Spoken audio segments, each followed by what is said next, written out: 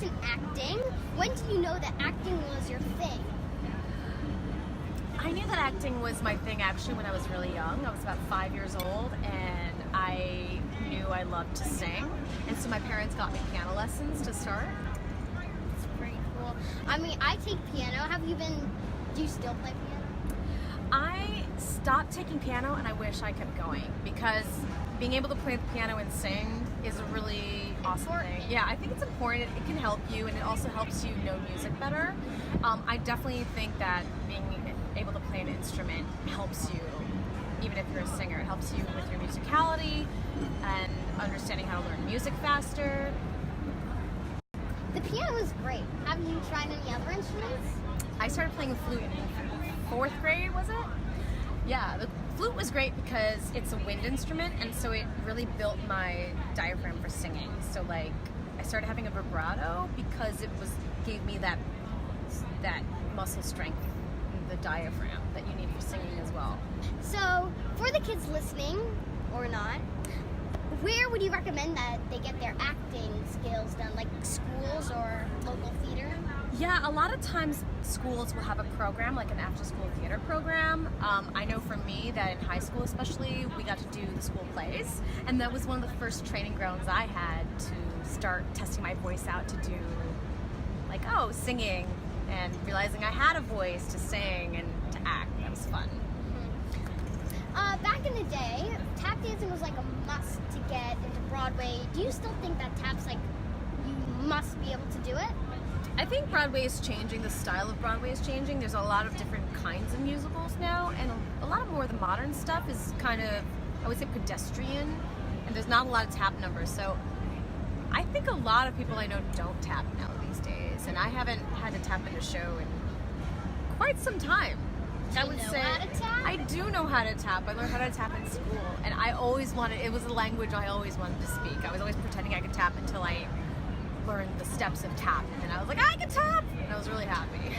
I can't really tap, but I want to take tap lessons. I mean, it's definitely good for rhythm, but you don't have to, you can still make it on Broadway if you don't tap, I think. It's always a good thing to add to your arsenal of things you can do. Now, this is a tough one. Okay. I know kids, they go to school every day, so they have to do something during the day. But for adults, do you just sit on the couch and eat bonbons? Actually, that sounds amazing. I wish I could sit on the couch and eat bonbons. But usually, I mean, I know this for a lot of us, there's always like a hustle thing going on. Like, a lot of us are multi-hyphenates. I'm also a director and a photographer, so when I'm not doing this, I could be teaching a voice lesson, or I could be directing I spent the past couple of weeks directing another reading of a musical, or I'm taking up people's headshots or something like that, or I'm preparing for an audition for something going on. And that's the great thing, like when you're in a Broadway show, you know where you're going to be and you have your days free. But I have to remind myself to take breaks every once in a while. Broadway and acting is not always lovey-lovey, I suppose. What's the biggest eye-opener for a kid or an adult, I guess? I would say biggest eye-opener for kids are the same ones for adults, which is that there's a lot of rejection in this business, I think.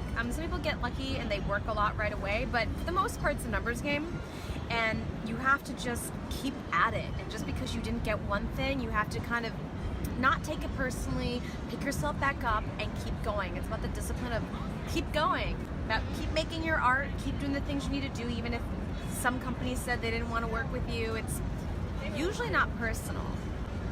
So how many Broadway shows have you been in? Shows on Broadway, I have been in 2 shows on Broadway, but like Broadway musicals, how many have I done? Oh God, so many, I can't even count. There were like some big tours I did, some off-Broadway shows, a lot of regional shows. I would say more than 20. Yeah. For the 2 like big Broadway shows, right? Which one were those? I did the revival of King and I am in School of Rock right now. Yeah. Yeah. I know that. You know that because we're co-workers. We are. All right. So, what is the most crazy story you have from a performance? Oh my gosh. That you can share on camera? Gosh.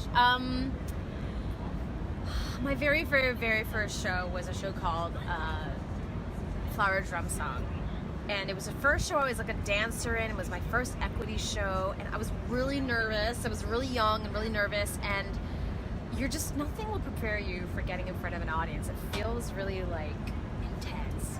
So I just remember being on stage and our first moment was like this, and I just felt myself, the lights came on, and all of a sudden I started falling, and I'm in the front row, like we're kneeling and I'm falling, and like it happened in slow motion, and our entire company's facing inwards so we can all see each other, and they're all watching me fall slowly, and the look of horror on their faces and mine as I messed the first moment up of my professional debut. Any tips for kids that want to get into Broadway? Well, first you have to, this is a hard question because there's a lot of ways to do it. I would say that if you're interested in getting to Broadway, you should kind of be in classes and be singing, be having voice lessons, have your headshots done, be in acting classes, do school plays, do whatever you can to be in a musical or a play, if that's what you want to do. The trick is to just be doing what you love. So, I know you've been on Broadway. So, what is your favorite thing about Broadway? Aside from loving singing and acting and kind of telling human stories, I love the community. I love our cast and company. I love coming to work every day and saying hi and high-fiving everyone backstage. Like, it really makes my day every day. Like, yeah. Everyone's fun. We high-five at the same time. We hug each other at the same time. We say hello at the same time, and it's fun. We're really a great company. And it's incredible that there's so many people backstage. Yeah, too. the whole backstage. No one really knows tribe. about it. Yeah. People are just like, oh, the actors were so good, but the stage managers We are too, nothing with and the props. people backstage. Yeah. I can't get dressed. I don't know I wouldn't know what my next costume change is without my dresser colleague. I wouldn't be able to walk upstairs. I wouldn't know where to go when without them telling me what to do. Yeah, I'd just be a mess. I'd be a mess. So yeah, no, they're great. I mean, well, also set pieces would be falling on us. Like I watched them put their bodies in front of set pieces to save actors. They're the best. There. Thank you for answering all my questions, Diane. It's been a pleasure, Monty. Happy to be on your show. Now let's go to the theater. Let's go.